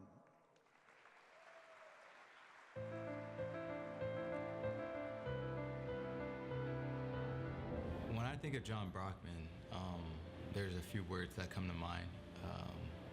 Integrity was one of them. Hardworking. He's the hardest working person I've ever come across, especially as far as competing in practice, day to day, in the games. There was no person I'd rather go to war with than John. It's pretty, it's hard to put into words how good of a teammate and a friend John was. I was always kind of the younger brother, starting off with Friends of Hoop, our AAU team. When I joined up with them, they were pretty well established, and I was kind of the young guy trying to make my way. And from day one, he especially welcomed me with open arms in what was a pretty intimidating atmosphere. Every day, John Brockman, for 4 years, practiced as if he were trying to make the team. Someone with all of that ability just doesn't usually possess that type of gift. Every day he got after it, every drill. And him coming to Washington, I believe, continued to make Washington a viable option for people to come, the locals, to come to the University of Washington. I think it gave us national respect to know that John Brockman, a McDonald's All-American, someone that had won countless championships in the summer in travel ball, was very good with his high school team, gave us a lot of credibility. You're talking about 3 McDonald's All-Americans, and John was a Gatorade Player of the Year. I think that says kind of all you need to know about his reputation and his production before he even got to the University of Washington. John was a leader that just showed more than he told. If he had to, he would come out and speak and be vocal about it. But the fact that you see his blood, sweat, and tears on the floor every single day, and being that type of leader, it really set the tone for all of us. We all fell in line because he was doing the things that everyone should have been doing, the dirty work. He was doing the job that from 1 to the 15th guy should have been doing. And so John is unbelievable leader, unbelievable person, and I owe him a lot of credit for my career. Want to say congratulations. So happy for you and your family. It's so well deserved that you're going in the Husky Hall of Fame. I can't think of anybody that's earned it more than you have, and so happy for you, and can't wait to celebrate your night and then celebrate your baby. John, you are not only being inducted to the Hall of Fame for what you've done on the basketball floor, but as far as I'm concerned, you're a Hall of Fame person before you even came to the University of Washington. You're a Hall of Fame teammate. You're a Hall of Fame player to coach. Congratulations. It meant so much to us as Husky Nation, and without you, I don't know if would have had the runs we had or the careers we've had. And without you, man, I don't know I'll be the person I am today as far as hard work, determination, grit, and integrity on and off the floor. You exemplified so much for me, and I love your brother, love your family, and congratulations, man. Well deserved.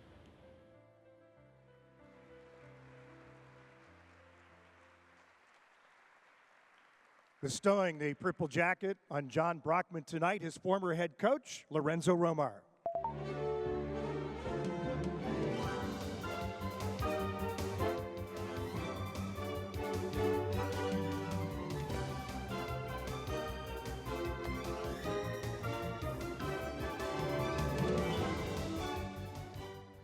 I always wanted a purple jacket like Coach Romar.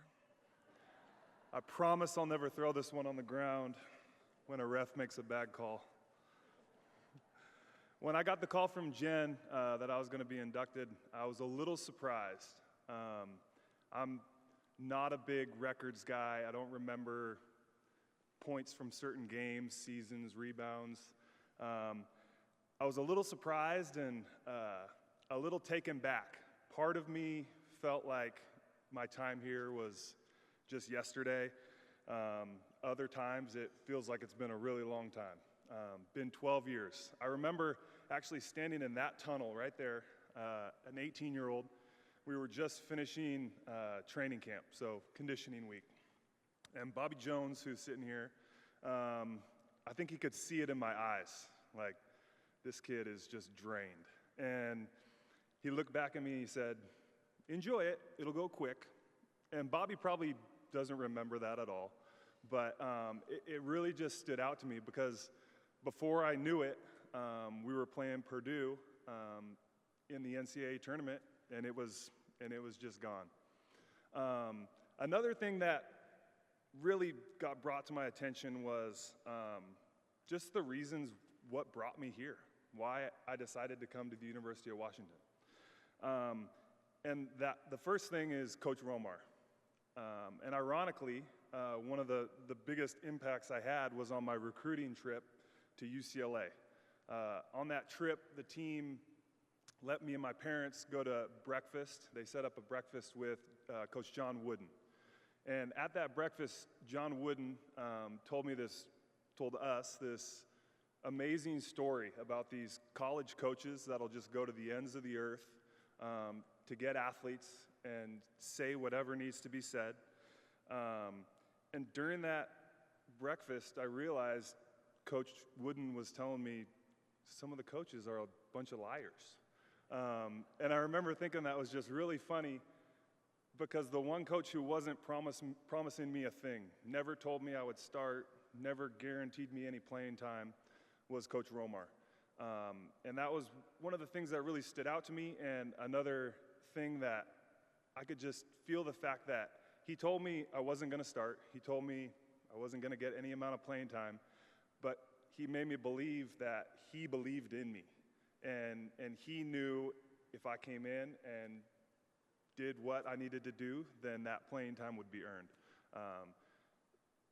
No better man to learn the game of basketball from, to learn about becoming a man myself, and just playing for Coach Romar it was just an amazing experience for me.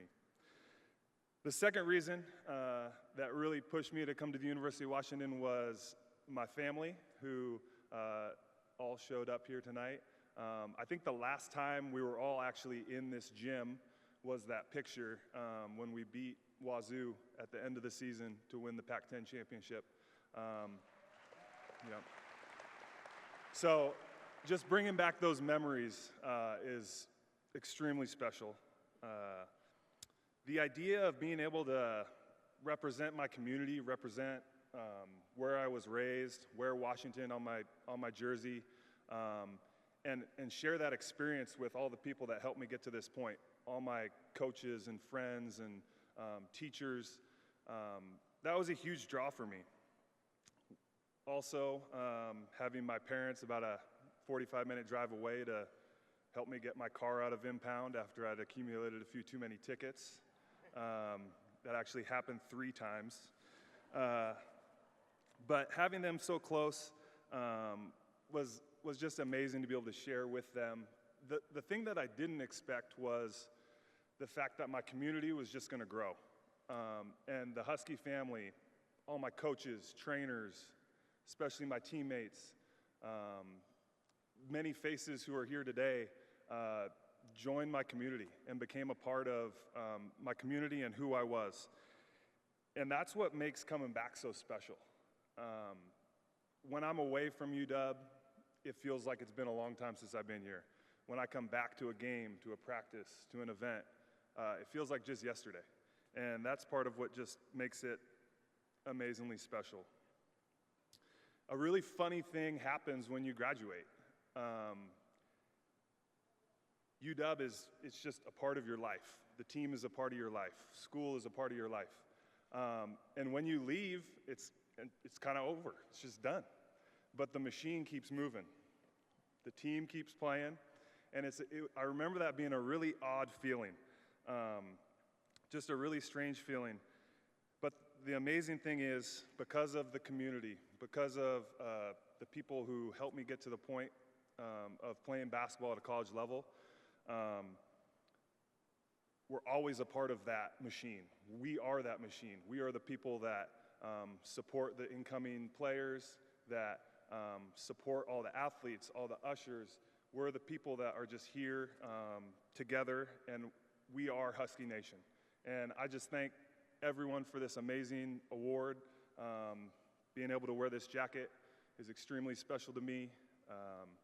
My beautiful wife is here, and she was not a Husky, but one of the great things for me has been to help share all my experiences, all the places that I lived while I was here, just the little things with her. And I cannot wait to share all those experiences with our daughter, who will be here in about 6 weeks. So thank you, Huskies. Thank you, Husky Nation. I really appreciate it. And congratulations to all the other inductees. It's been awesome, and just well done, guys. Thanks.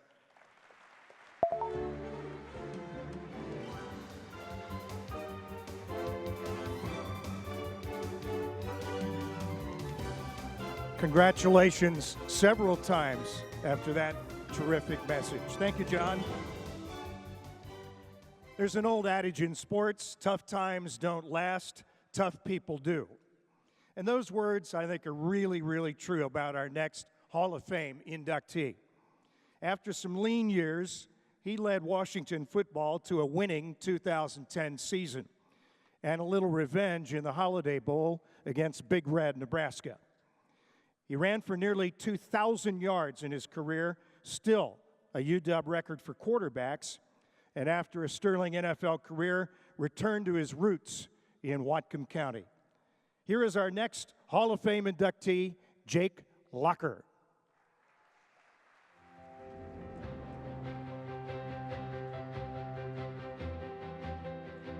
When I hear the name Jake Locker, personally, I think about his big, carefree, giving heart.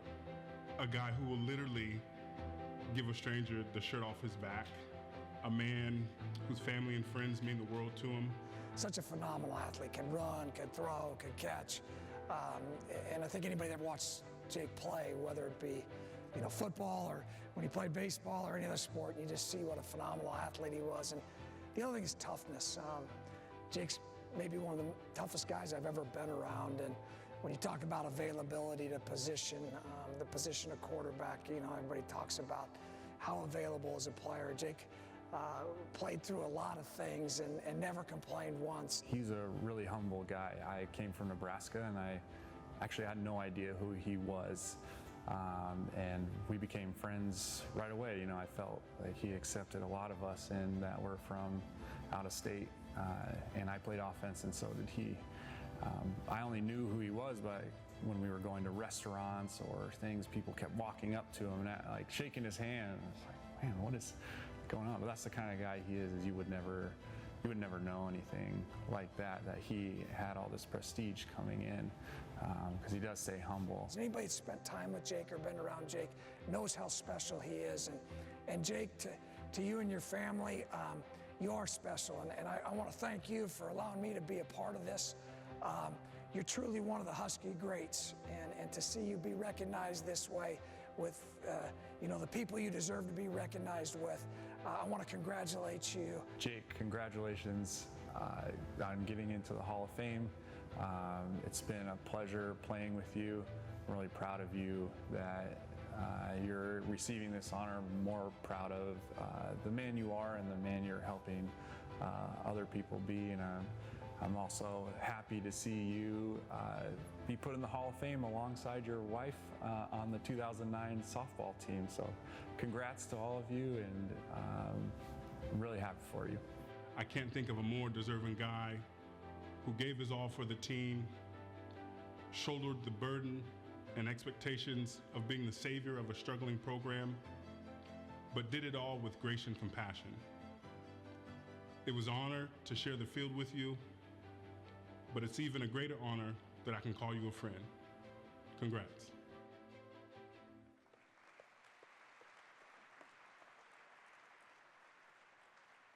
To bestow the purple jacket on Jake Locker, his dad, Scott.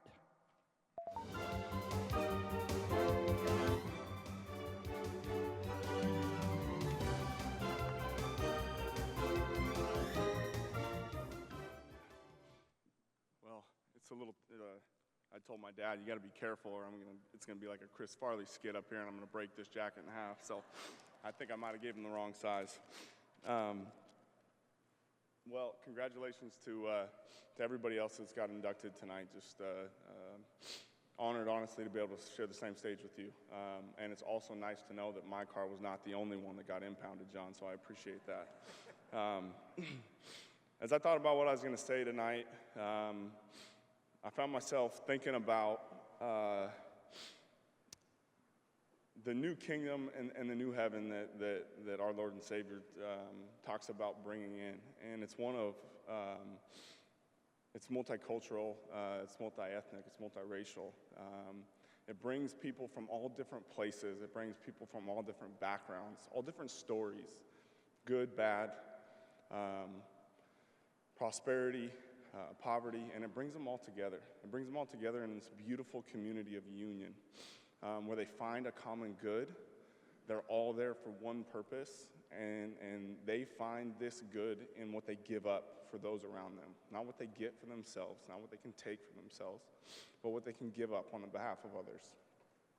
And as I thought about that, I thought about what a wonderful, you know, I wish I would have realized these things when I was playing. I was too worried about winning, I guess, but I didn't think as much about it at that time.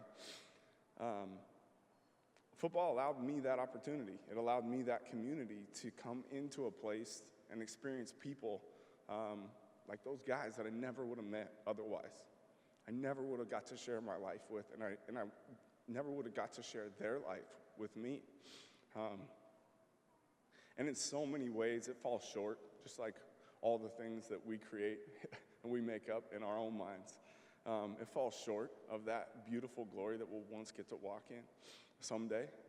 But man, I can honestly stand here and say that football for me has allowed me to walk in a community and experience what life and life more abundant feels like with people that I've learned so much about who I am, about who we are as human beings, and the beauty that we can bring to one another as we lay down our lives and we get to listen and learn and love alongside those next to us. And so, you know, as somebody that grew up in a small town with a wonderful family, a wonderful community, but if I'm being honest, a community that had pretty similar experiences.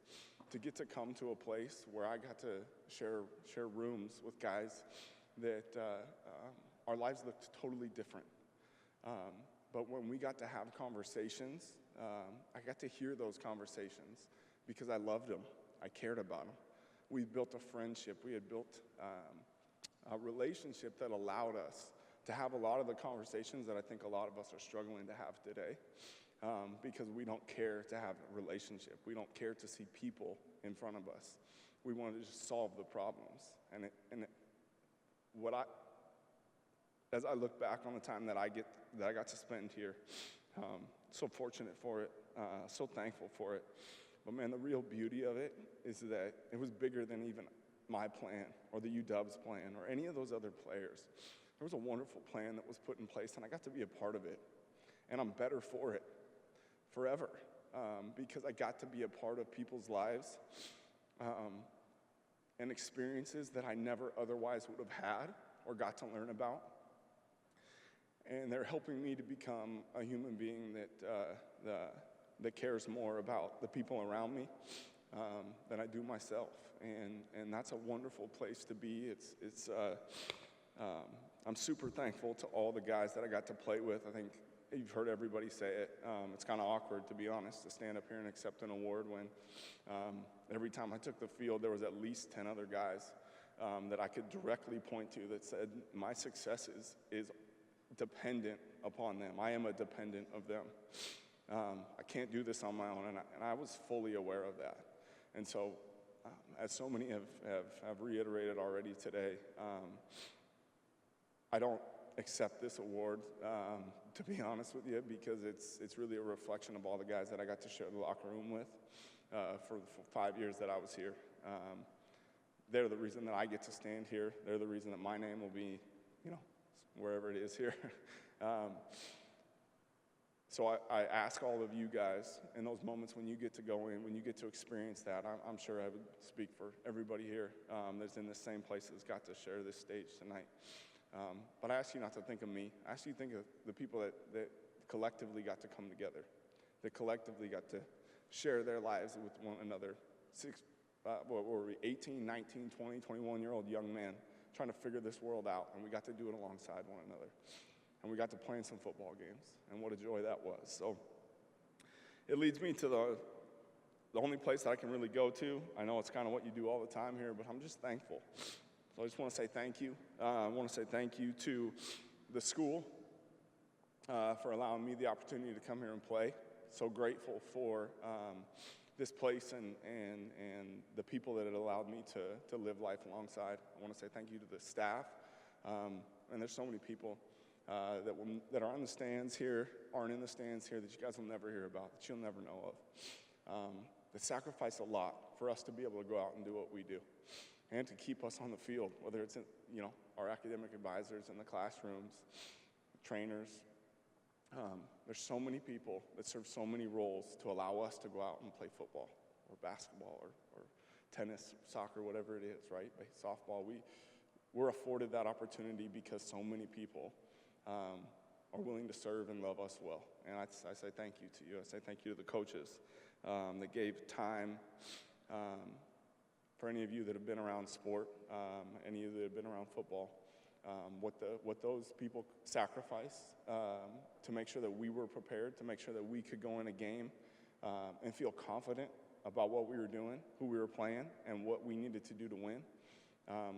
I wasn't grateful enough for it at the time. They put in so much time and they sacrificed so much of what's personal to them and what's so wonderful about life to give us a chance to thrive in the goals that we had. And so I say thank you for that. I say thank you to my teammates. I've kind of alluded to that a little bit already, but man, they are the stars of the night, in my opinion. So I say thank you to you. I stand eternally grateful for the relationships that I got to share with you, for the men that you were and are, and how you allowed me patiently, graciously, and with humility to learn, to ask stupid questions, to be curious in a place where I could be. I really, really am grateful for that. Tonight here with me, I have a lot of my family. I can't believe none of you guys cried. I was hoping you'd break the ice for me, but I'm pretty soft when it comes to this anyway, so I'll try and get through this part. I saved it to the last because it'll be the hardest part for me. But my mom and dad, for all the sacrifices that you made, allowing me to play sport. Had a pretty humble upbringing, and I know mom and dad now, as a parent, started to realize what they gave up so that we could play. Grateful for that. And for loving me, for loving me not dependent upon my performance. My sisters that are here tonight, they've always been here. This isn't odd for them to be here tonight. I kind of threw out an invitation. I knew we'd have a lot of kids, so I thought that I was like, I didn't know if they'd want to come. I didn't want to make them feel like they want to come. And they were, as I figured, they were offended. They were going to be offended if I didn't tell them about it or invite them to it. And so they've always been there. They've always had my back, and they've always been there to encourage me when it was tough. Thank you. I love you. I got brother-in-laws, nephews in the stands as well. I love you guys. So thankful to share a family with you, to get to share life with you. Got my kids and one bear crawling on the ground right here. He's about to lose it, so it's a good thing we're coming to the end. But to my kids, I love you guys. Thanks for reminding me to stay curious, to live each day with joy, and to be genuinely interested in the lives of the people around you. You guys remind me of that every day. And to my wife,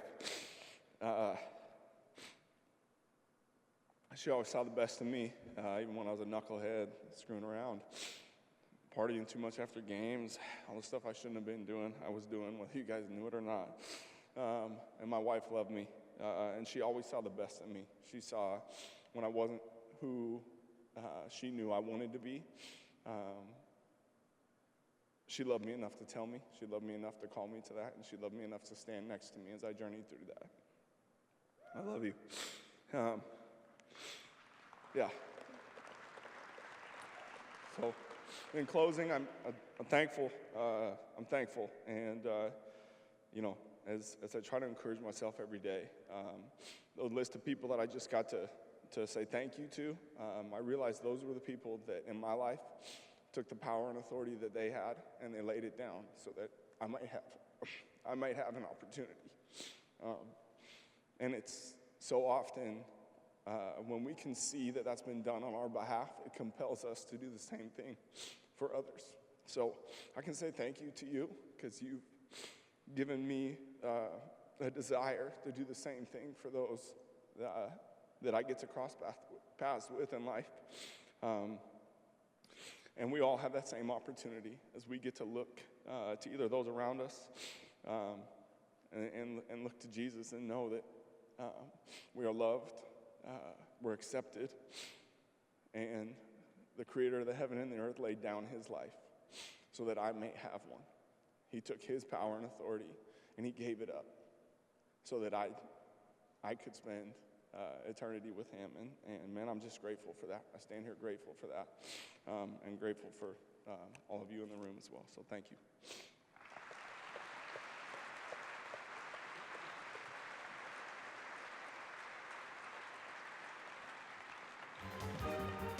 Jake Locker, thank you very, very much for that heartfelt message, and congratulations on being a Hall of Fame inductee.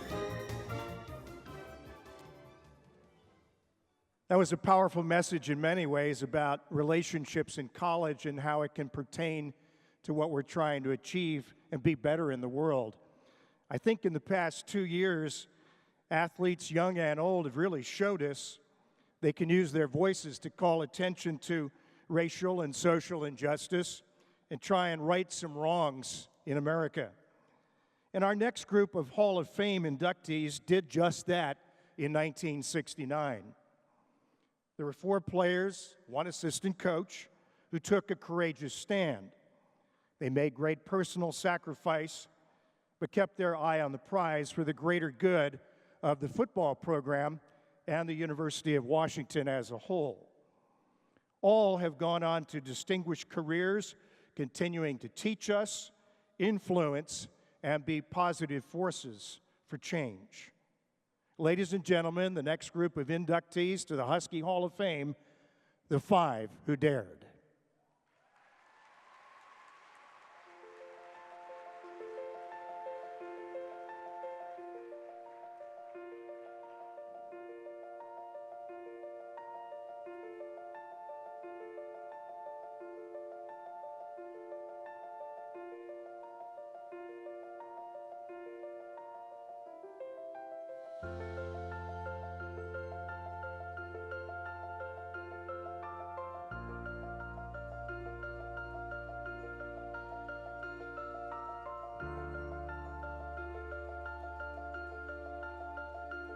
When I look back at 1969, I think about the moon landing, Neil Armstrong landing on the moon, Woodstock in Upper New York,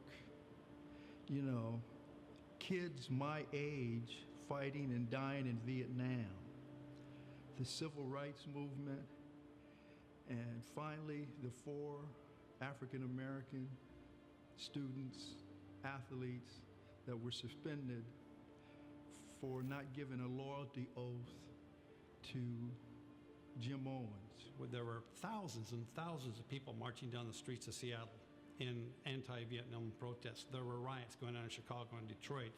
There was a time of great unrest, the campus being shut down by demonstrations.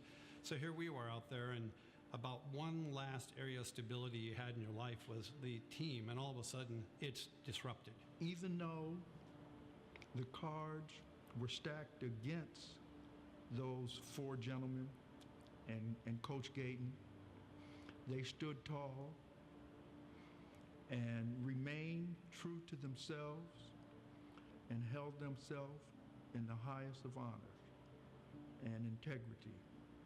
And that was really bold for 1969, because the racial tension that they received, the animosity that they had to deal with was overwhelming. But they stood steadfast. Have these gentlemen had character? Yes, they do. Were they resilient? Yes, they were. Did they persevere?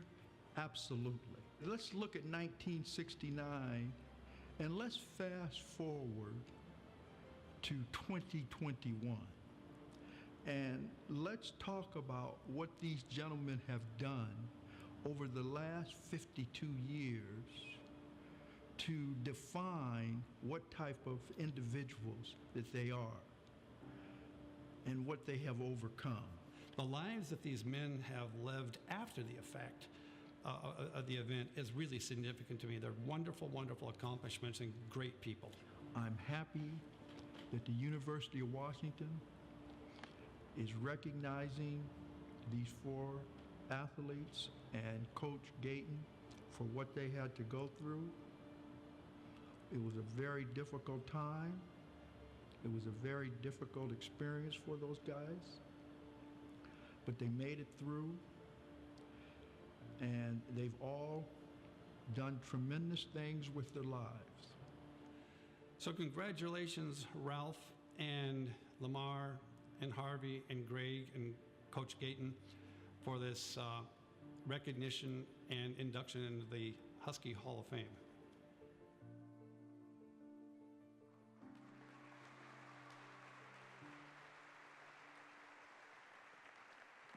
Ladies and gentlemen, receiving their coveted purple jackets tonight are Gregg Alex, Ralph Bayard, Harvy Blanks, Carver Gayton, and Lamar Mills, the 5 who dared.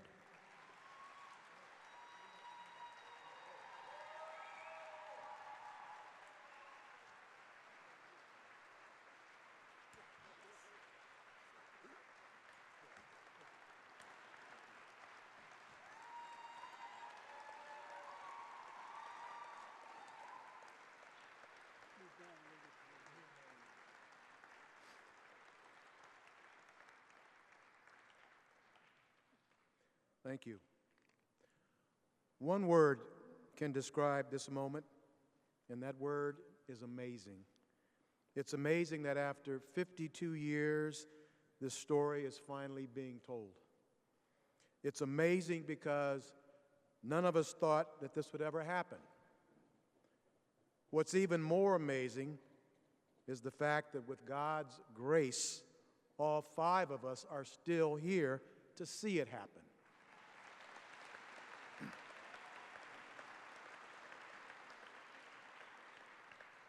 We would be remiss in not acknowledging those who helped to make this weekend happen. We want to first thank Director of Athletics Jen Cohen for taking a stand and having the courage on her watch as AD to make sure this story was told, finally chronicled, and documented for posterity. Members of her team that were responsible for the coordination of and the overall video production of the story and for the logistics of this wonderful event include Sheridan Blanford, Jonathan Patrick Soriano, Brian Boucher, Chris Hine, Jay Hilbrands, Heidi Bush, Shannon Kelly, and a special thanks to my administrative assistant at the Casey Foundation, Jamie Lee, who had the unenviable task of trying to herd us cats in scheduling and doing all of the Zoom recordings of our respective stories. We want to thank those who nominated us for membership in the Hall of Fame and for the selection committee for making it happen. Thank you for your recognition of the fact that although academic and athletic achievement are important, standing up for what's right and speaking out against injustice is just as, if not more, important.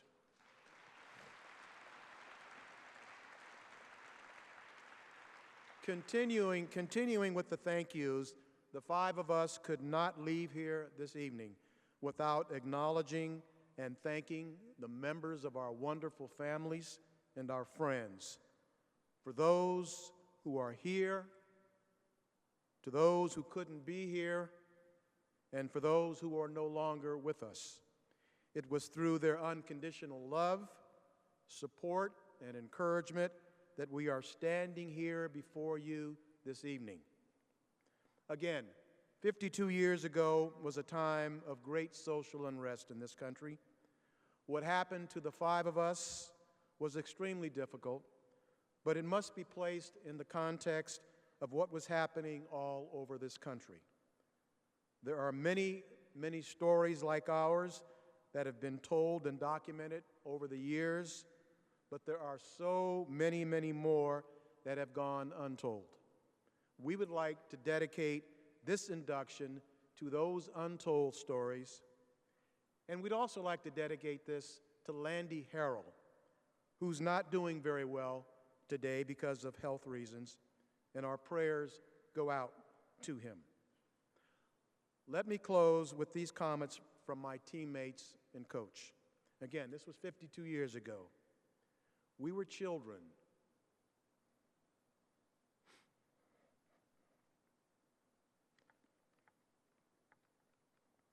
We were kids. Why would you want to do that to black kids, white kids, brown kids, any kids? We had the opportunity and the ability to do something wonderful, and it was taken away from us. Harvey blanks. Some of the things we experienced during this period. We received threats on our lives. It's not something that any of us expected, but it's also not something any of us would have run from. Gregg Alex. What drove our decisions? What was done to us just wasn't right. The decision we made to speak out was bigger than sports. Lamar Mills. Our futures were uncertain.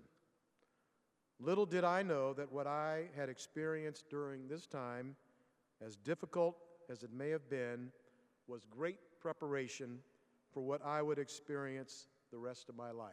Yours truly. And finally, the takeaway for all of us in this room tonight.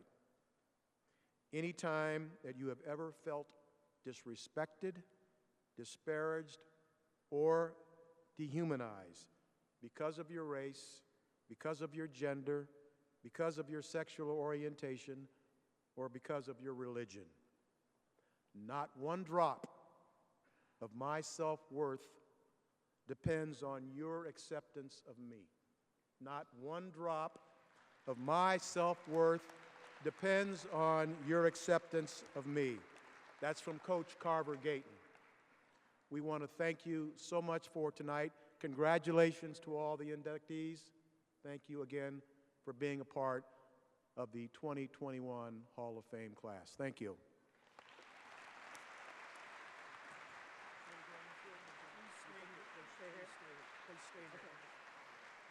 What a powerful message and fitting way to end this induction ceremony.